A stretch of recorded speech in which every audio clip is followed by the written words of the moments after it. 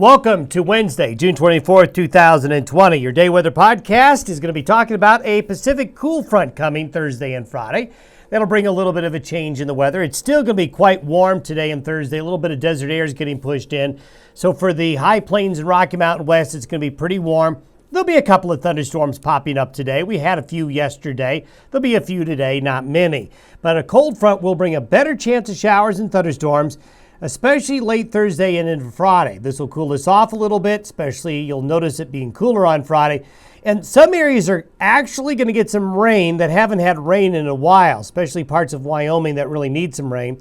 We'll show you that here in a moment. Now we're going to warm up for the weekend and into early next week. However, something interesting showing up on the forecast charts as we start July next week, something we'll need to watch closely as we get towards Wednesday and Tuesday of next week.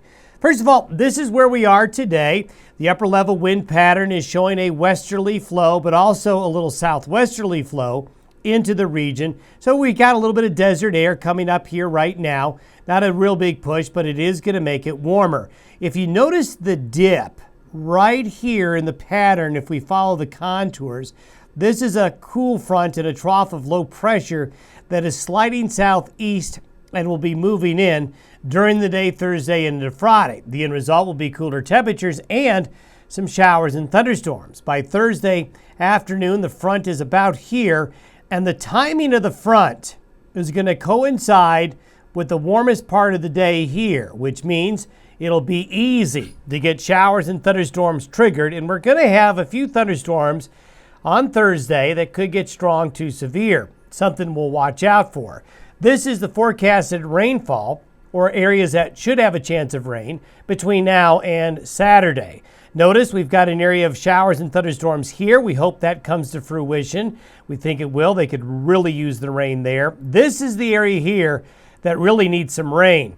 Shower and thunderstorm chances will be the best we've seen in a while. This includes Casper, maybe up to Buffalo, KC, Midwest, over to Douglas and Lusk, maybe back into the Bighorn Basin, Wind River Basin areas. Thursday afternoon and overnight Thursday into Friday morning, this area that really needs some rain has a chance of getting some. Shower and thunderstorm activity will be found elsewhere, and we'll have the risk of severe weather tomorrow.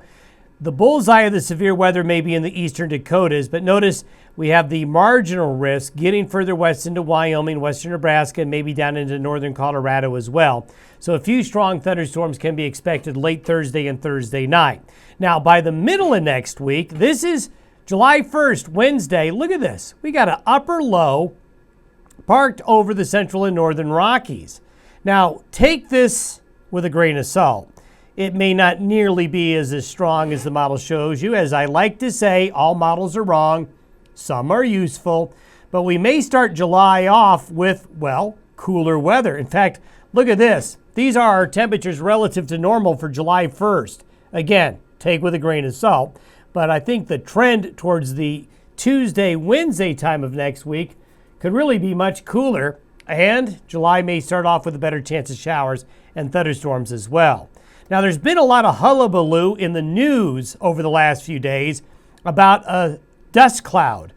Dust getting blown off the continent of Africa, the Sahara Desert, and coming across the United States. I have to tell you, folks, this happens every summer. This is nothing new. But for some reason this year, there's a lot of hoopla about it. I think a lot of that has to do with the fact that we've got new satellites that show us just amazing things. The trade winds blowing off the Saharan Desert during the course of the season that blow from the east to the west will blow these big dust clouds off the Sahara Desert and then push them across the area here, then eventually into the southeast and the Gulf Coast area. Again, this happens every summer. This year, the dust cloud's pretty impressive.